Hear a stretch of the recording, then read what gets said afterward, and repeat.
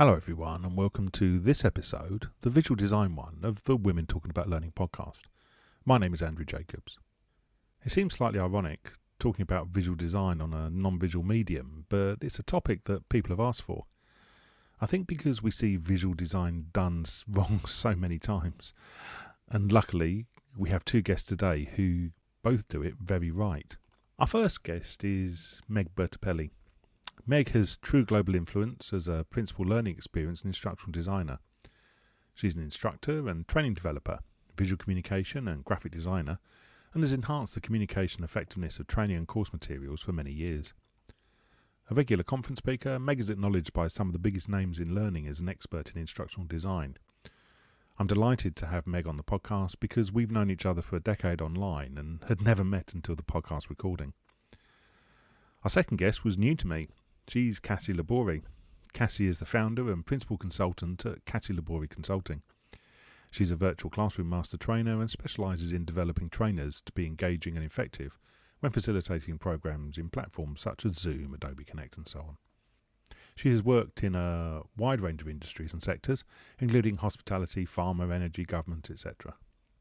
As well as working with people as a coach, Cassie has also written 2 books on virtual training. As always, I'm in the room when we record and fired a few questions in the chat to Meg and Cassie. The way they answer them makes for great listening. This is Women Talking About Learning. This is Meg and Cassie talking about visual design. Hey everybody, this is Meg Bertapelli, and I'm so pleased to be here with you, Cassie. Hi, Meg, and this is Cassie Labori, and I'm so excited to be here today too. We're going to talk about visual design, and I just wanted to say I have been sort of passionate about that like my entire life. My mom was a graphic designer, and so whenever I did a project in school, like in elementary school even, she'd be like, hey, just nudge that, or maybe a different color, or so I've been kind of just learning by osmosis as a kid, and doing it all my life. What about you? Yeah, I love that. I love this idea of visual design too, because as you know, when we started this conversation, I went, wait, what is this officially? And then as soon as we start talking about it, it's my whole life too. And I can't think of a time that I would have said, oh, let me focus on visual design. Arguably, visual design has been the baseline for everything. Where can I find a reason to use pink? And earliest memories are of rainbows and unicorns and begging for, lilac colored carpet so that I could have also the iridescent part come in. And all of these things, color is always driving what I was going to do next. And, in terms of what I was thinking about, there's always got to be some sort of color backdrop for me. And then, scent and smell is a whole nother topic we can talk about another time, right?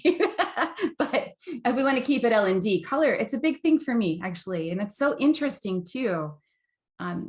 It's so interesting to talk about. Yeah. And I think that there are, certain feelings that colors evoke. And sometimes you get in trouble when there's a different culture involved in what you're creating, the audience that you're creating for. Mm-hmm. That might see that color as something different than what you intended. And I think that's kind of where we get in corporate world a little bit boring. I know. Have you ever had that happen actually in any of the training materials that you've designed where you got feedback that the color was making something opposite happen or something surprising happened or happened? Yeah, so I actually heard at work recently that, the presentation style, we have kind of like a dark style and a light style. And they were doing a presentation in an Asian country, and I cannot remember which one, where they were using the light, like very white background everywhere. And they were like, this is very evocative of death because there's so much white. And in the US, for instance, that would kind of be opposite of the feeling that you might get from a white, very light presentation. So I thought that was interesting. They ended up using the other style of presentation for that moving forward.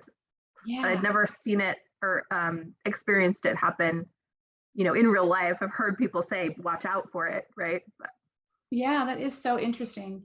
And you think about, like, for me recently, I'll be 5 years in business this year. Actually, it's exciting. And I remember, thank you, doing all of that sort of, well, here's the thing, like, reality is I want it to be like this, and then stepping back and going, I should probably do the research on, what colors, here's me, I want to go into business, what colors shall my business be? That's what, like, one of my first thoughts. Okay. First off, I mean, of course it was about a thing that I love, but it's doing the research on what's a good way, or what kind of colors do people respond to, what do they mean. It was very interesting for me because I was very interested in finding, how do I make pink work? How can I make pink become business pink? And pink is very much associated with the beauty industry and spa and all of that, wellness. And so for me to decide on my business colors to have some form of pink in it was a little bit of a challenge, and like, can I really do this? But then I ultimately decided I didn't care, and I was doing it anyway. But interesting, and it's something that was running through my mind all the time as I was landing on exactly what color pink it would be. And Right. Also on that note too, when I published my first book in 2015, ATD would not have let me use pink. I begged for business pink back then, and they wouldn't let me. So I landed on aqua, which is my second favorite color, and also one of my business colors. But that's what my book is. And it's not even a full aqua. It's more of they put green in it. And, fast forward to 2020, they did a conference that was hot pink and black. And I was publishing my second book at that point. And I went to them, I said, I'm getting pink because now you've got a conference. You got a conference where you've got pink. So, that's going to be my book. And they did give it to me. So very, very interesting how color was such a main part of the topic there. Yeah, absolutely. And I think, as women, we are associated with pink in the US in modern times, right? I think that has shifted over time. It used to be that blue was the girl's color and pink was a boy's color. No, yeah. At the turn of the century, that was the case. Yeah. And interesting, the history around that and how it changed. Yeah. But I wonder, how much, as Andrea mentioned, do people expect women to use pink or to like pink?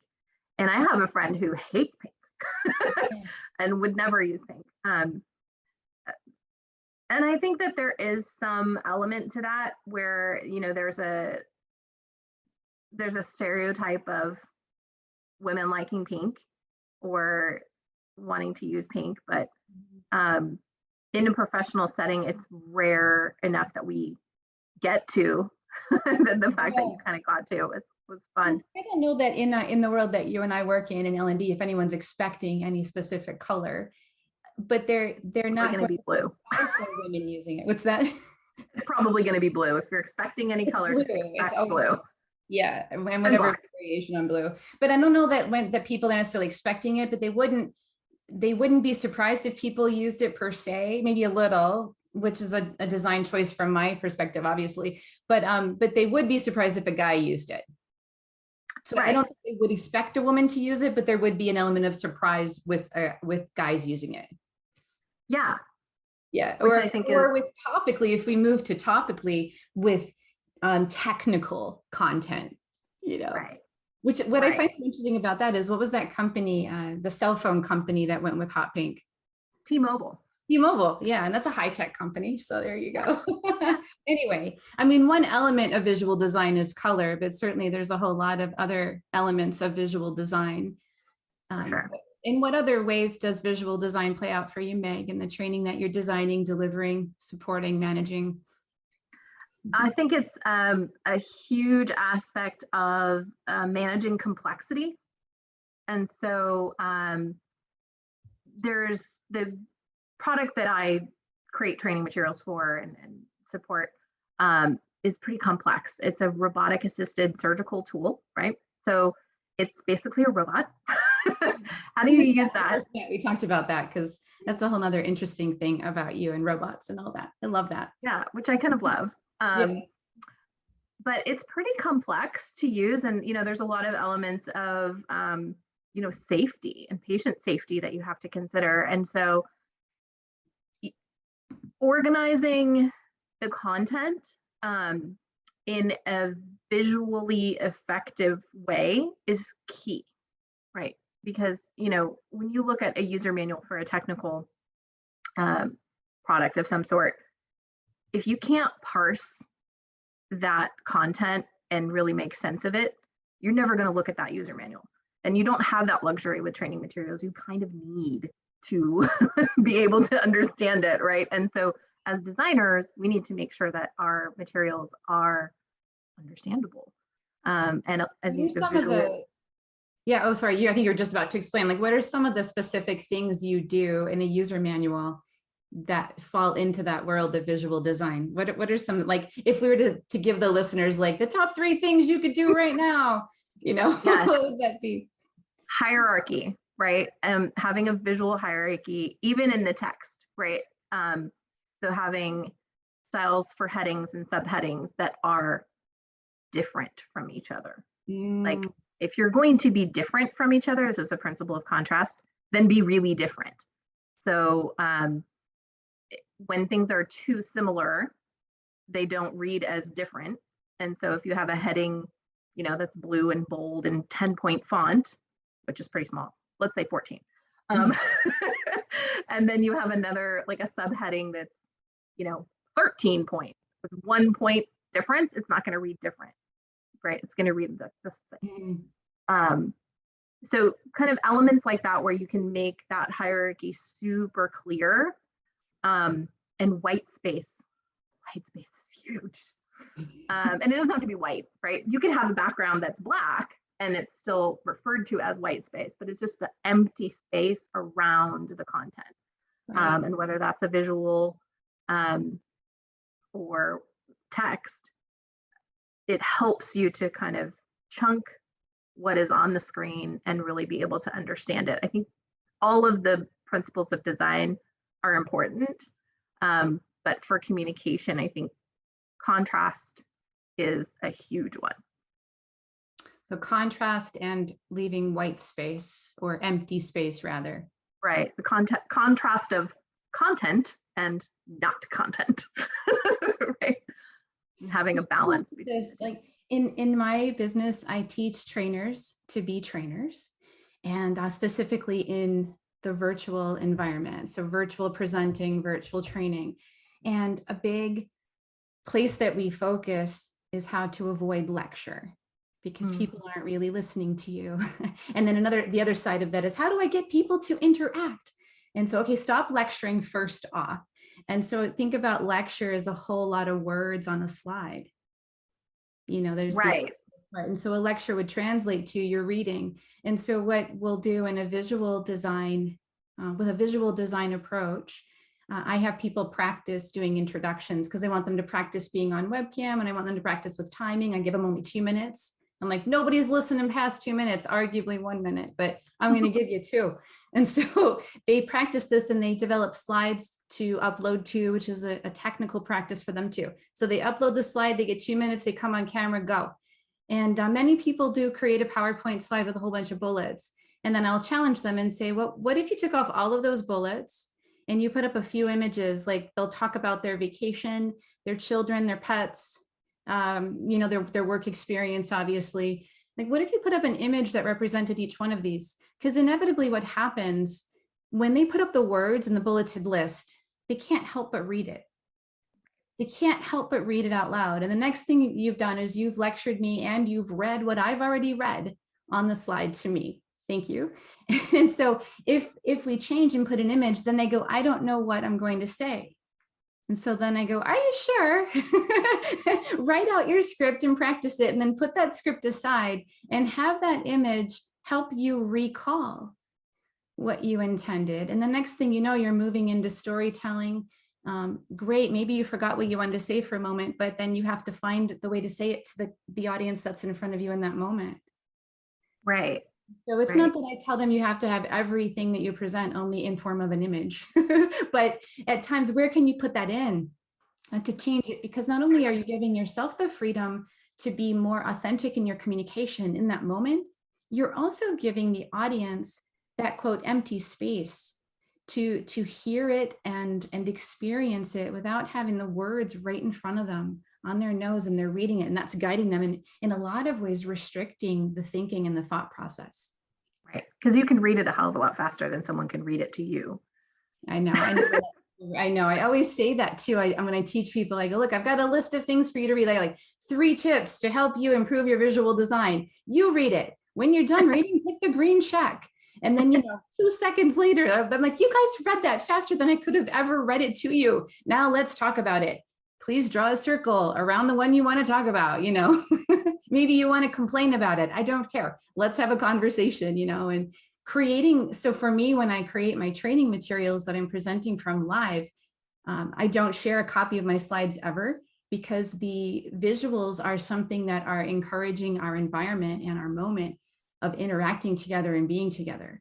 I create a separate handout that goes with whatever I present that is much, much, much shorter than the 30 to 50 slides I might create, because I go through quickly with very little on each one.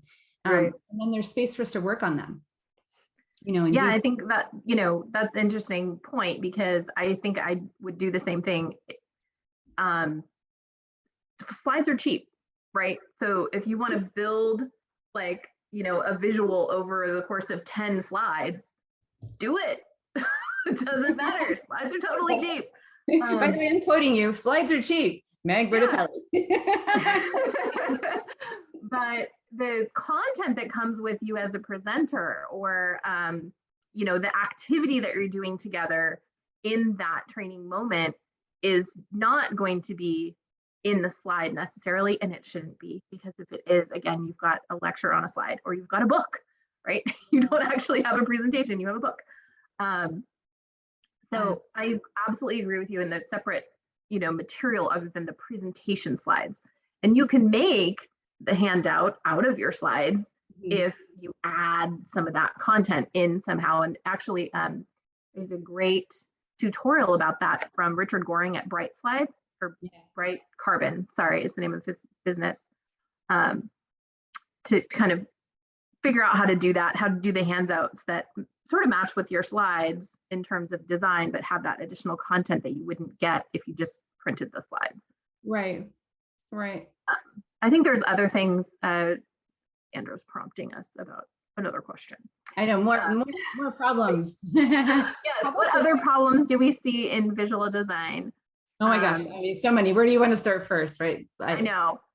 I think my biggest pet peeve is something we already talked about, where it's just too much content on a slide, and people are trying to read it or understand it without the presenter. What about you? Don't get mad at me, all the companies of the world. And please know I have a whole lot of respect for marketing and brand. I really, really do. But really, does it need to be on every single slide? And does every single slide need to be the same? Must the logo and the contact information take up valuable learning space? I know I don't want to be rude, but really, can I just do it with the first and last slide, please? Yes, please. And there's something to be said for consistency, right? You have something that you expect, right? But yes, it takes a valuable real estate that I can use to communicate visually. And it's not adding anything to that communication. I know. Absolutely. It's just in the way. And it's just, I hope that one day we can get past all of that. I would love to. Meg, earlier you mentioned contrast, and it made me think about font and different fonts. And I'm curious if you had an opinion on, are there too many? Like, what's the magic number? Should I use the same font and only contrast with size? Or can I use different complementary fonts? And if so, how many can I get away with? I would say in the interest of communication, that less is more. But there is a way to use multiple fonts if they are purposeful, right? So there are fonts that are designed just for display or large headings or titles. I would say, if anything, do not use display fonts for body text in any way, shape, or form, because it makes it so much harder to read. They're generally funkier fonts, right? They have a little bit, they're a little bit harder to read, but because it's in a title and it's usually very large, it works, right? But once you get down to like a normal body text size, like 12 or 10, they're impossible. So I would keep it simple on the body text. And I think that in the digital world, I don't remember where I saw this research, but it seems that sans serif, so the ones without the little feet, are actually more readable. Yes. But in print, the ones with little feet are a little more readable. So it kind of depends on your purpose. Yeah. And also kind of the style and feeling. So fonts, for me anyway, definitely evoke certain feelings and implications. And so they have a story to them and a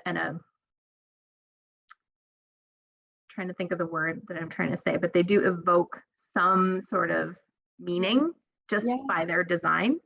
I think they do. Are you thinking of any specifically? Like when you said that, when I honeymooned in Hawaii, and I love anything like vintage Americana. I love, vintage Hawaiian, and I love Art Deco. And so for me, any kind of font that looks like that era, I love mid-century modern. I'm looking all the time for that. I have in my phone pictures of hotels get fonts correct all the time. The Hotel Wailea in Maui, I love that font. I've searched it online. It's like they made it up just for their logo, because I tried to find it and say, can I make that the font for my business? So I am very emotionally drawn to the style of certain fonts for whatever, for the visual feel. Yeah. Are there any that come to mind for you? In certain settings and certain situations, I really like a nice round O, right? Very modern, thin line, round O. And sometimes the A's do it for me because A's tend to have some character to them, like lowercase A's. But like Century Gothic, I think, is the one that's just really round. So if you have in your design a lot of circles and round shapes in your design or in the content that you're trying to teach about, like you're teaching about gears and wheels and stuff like that, that might be a good one to use because it kind of matches in terms of the shape. And it might be, and it's pretty ubiquitous, right? Like everybody kind of has that one, because that's another thing that you want to worry about is if you're going to have to change the font because the people who are viewing need to have it, or they're going to have to edit it, like especially when you're a contractor or something like that. So you have brand fonts and things you have to use. And sometimes you're stuck with the brand, but to shift gears a little bit, as I'm considering this idea of just visual design and how it plays out for me in my work, I teach multiple session courses. So people are getting together and on an average, we'll have 5 sessions, and we're all in this. It's a program, so it's a multi-session program that will go over weeks, and it's all topically on becoming a virtual trainer. But there's different aspects of that, and the way that I've designed my program is each class that we get together live is a certain color, and the competency model is mapped to that, or the capability model. So today we're in, today is the day that we're in blue and everything will match that in the handout, in the participant manual, and in the slides. But I do keep consistency with the way that it's presented. It's just that I'll change the color scheme to match the topic. Yeah. And I've done that too in, sections of a course, essentially, right? Having different options for colors. And you have to be careful that, because there are people that aren't going to read that, right? There are people who are colorblind or just they're not going to notice it. That's right. And it's like, for me, it doesn't necessarily matter, but it does. It matters for me, but it doesn't necessarily matter end game for the learning. Right. As long as you're clear. Yeah. In other ways, right? Like you're clear with the titling and with the content. Right, But right. it's a nice visual cue that something new is happening and That's that right. all of these things go together.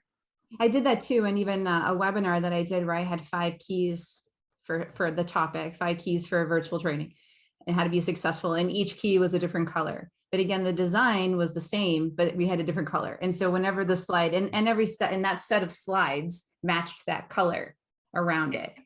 Right. Yeah. And again, like even if you didn't notice it, it would be okay. But if you did notice it, or maybe if you just even like unintentionally noticed it, it was happening.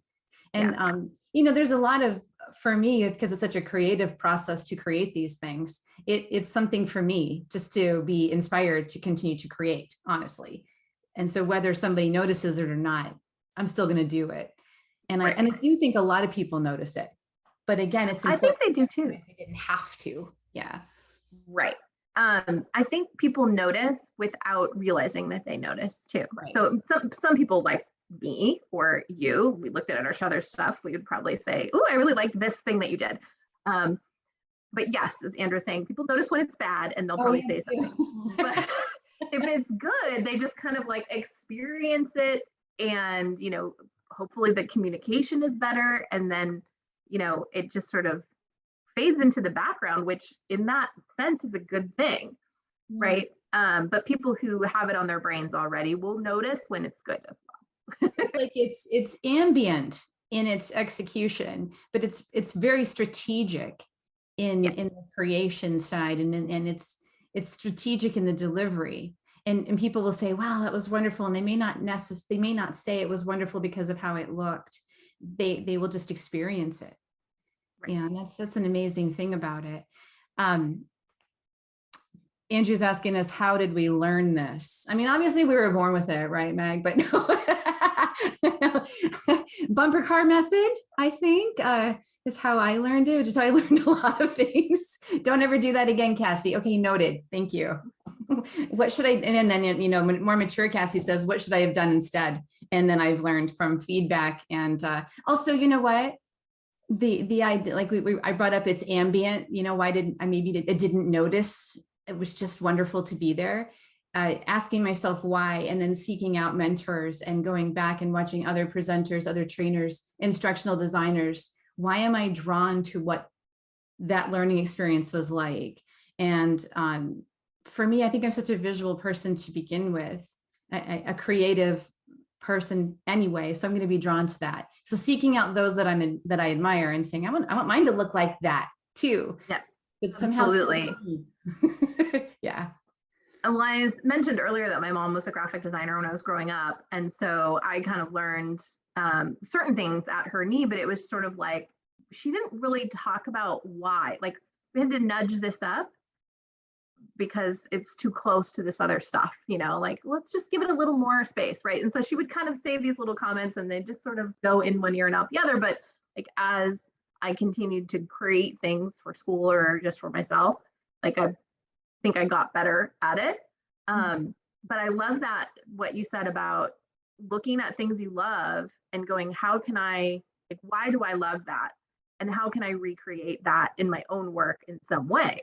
Right. That's absolutely, I think, and I'm passionate about visuals. I'm a crafty person and I do all kinds of other art and craft stuff. But yeah, when you see something, you're like, I love that. It's an emotional pull for me anyway. And so then, yes, I will go and say, how can I make that or some element of it in the work that I'm doing? Right. So I'm drawn to it for a reason. When I'm coaching people, I'll ask them, who do you admire and why? What is it about them that draws you to that? Is it an approach? Is it, and you know what? 9 times out of 10, people are drawn to things because they have an element of their own personality that is like that, or that they want to be more like that. Yes, absolutely. I was just going to say personality. Yeah. Like we're definitely drawn to people's personalities, and how they communicate is a huge aspect of that. And you communicate visually as well.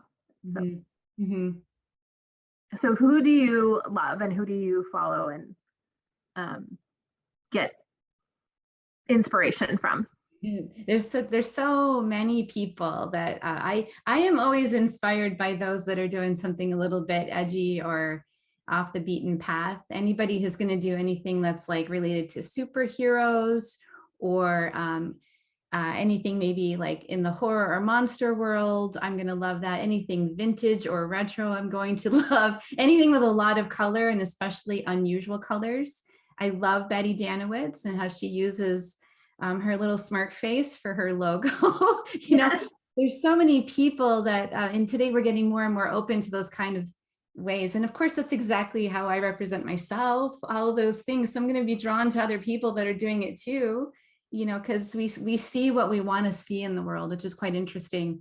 And it's a whole nother conversation to start talking about what are you missing and why are you missing it? But I think that those are just some of the people, and specifically Betty, she always inspires me. Yeah, absolutely. I think from a visual design perspective, I found Duarte Design, so Nancy Duarte, super impactful. So the things that she's creating and her business are creating always speak to me from a visuals and communication standpoint. And so I love her work, and she has, or their work, I guess, it's a whole company worth of people. It's not just one person. They have tons of resources on their website. And then you mentioned Richard Goring too, and Richard's really interesting with the way he approaches PowerPoint and all the different things that he can teach you about paying attention to the visual techniques that you use, of course. Yeah. And I think we were talking about pet peeves earlier. One of my pet peeves is alignment. I can see when something is, like a pixel off, and it just bugs me. And so they have a plugin called Bright Slide, which is the thing that's on my mind, which is why I said that first earlier. But that plugin has some tools to help you align things in PowerPoint, because PowerPoint has the guides and stuff, but it's just never 100% perfect. Yeah, that you want to use it, right? And so Brightslide just has all these extra tools that help you with things like that, and I love it. Yeah, it's picky, especially when you're talking about fonts, because they have a certain sort of kerning and spacing that just kind of come with them. And even if you have like a 0 margins on your text box, because please put 0 margins on your text box so things can line up. But sometimes certain fonts will even be in from that. And so then I'm like, arrow key. Okay, we're good. Are you doing this to other presenters, or like, do you do this to live things as well? Well, I notice it when it's other people, and I just kind of go, okay, moving on. But when it's mine, I'm like, no, I'm not letting that out the door. Yeah, I've totally been known to be like, 1 second, and I'll like escape full screen, fix the slide, and go, all right, fixed it. Let's proceed. Right? It's so interesting. Yes. And when you're trying to fix something on the fly, I am kind of a perfectionist in that. So like, I probably would only fix it on the fly if it was really bad. Or like things were on top of each other because you had a layer that didn't animate or something like that. And it depends on the context too. Like, are you actually live in front of an audience, or are you teaching a class? What are you doing? Yeah. You know what, to shift it just a little bit as our kind of final topic here, we're talking about visual design and how that's impacting how people are learning, whether or not they're paying attention, so much of that. And I can't help but think about, what about, this isn't design, but this is visual intention when we're on webcam, because our world is webcam today. And so there's a lot of how should I look on webcam? Should I use a virtual background, or what? Should I look into the camera the whole time? What should I do? And I'm so curious, Meg, I have a million opinions on all this stuff, but what do you think? And what's been your experience with webcam visuals? I don't do as much presenting as you do. So I'm usually in a situation where it's just a meeting. So I'm not super worried about it most of the time. When I am going to present, I would probably clean up behind me. which actually is relatively clean right now. But great, actually. I'm sitting there thinking you're ready for prime time. What I'm looking I had at. a whole bunch of art stuff on the table, but our cleaning people came today, so I had to clean it up. But the backgrounds, I have really curly hair, and it doesn't do that very well, and so they always end up looking a little messy. For me personally, and like if anybody's wearing a headset, it always like misses between the headset and your actual head. I know. Unless you have a green screen and you have different things going on, and you're setting it up so that it can be perfect, then it does do that. It's interesting. Right. People are asking, like, should we do virtual background? Should we not? And my experience has been that I'm just so thankful for so many options, that the reality is people are judging you based on what they see. And is what you are sending in alignment with your messaging, with your brand, and with how you want people to see you? So, in the olden days when we talked about, pay attention to what you wear, it's not only now what you wear, but it is also how you're presenting yourself. And I think virtual backgrounds can be amazing. I think they can be the great equalizer in so many ways, because there's so many people today working in spaces that are not ideal. And, I think about, I was working with some people last week, and they are highly technical. Most of them are guys, highly technical.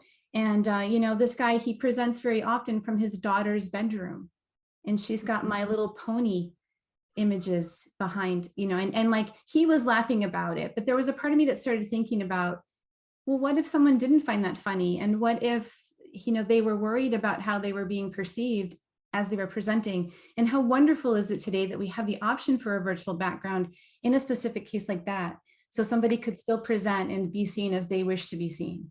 Yeah, absolutely. Love that.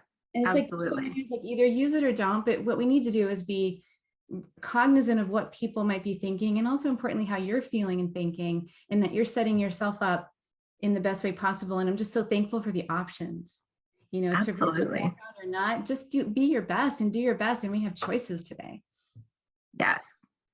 And I'm kind of, expanding on that, I think it's really easy because you're at home to just wear something comfortable. If you're presenting, I would choose to wear, what you would wear to present if you were in person. Right. To that end, right? Like just present yourself as you would like to be seen and received. Received. Exactly. Yeah. That's the word I was looking for. Thank you. Yeah.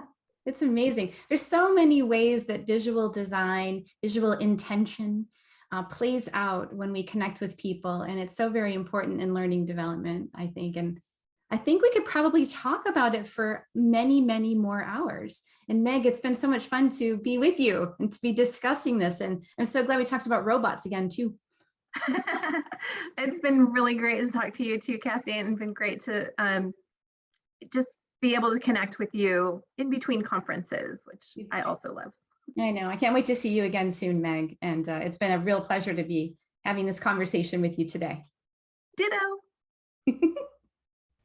There were so many useful links that Meg and Cassie recommended. The show notes are extensive.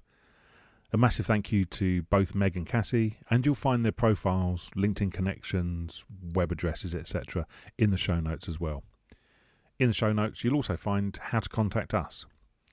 We have a couple of episodes in the can, but it's still recording, so please do get in touch if you know someone who would be a good guest. And that also means you. If you want to record, please do let us know. Once again, we thank you for listening, and we'll see you again soon.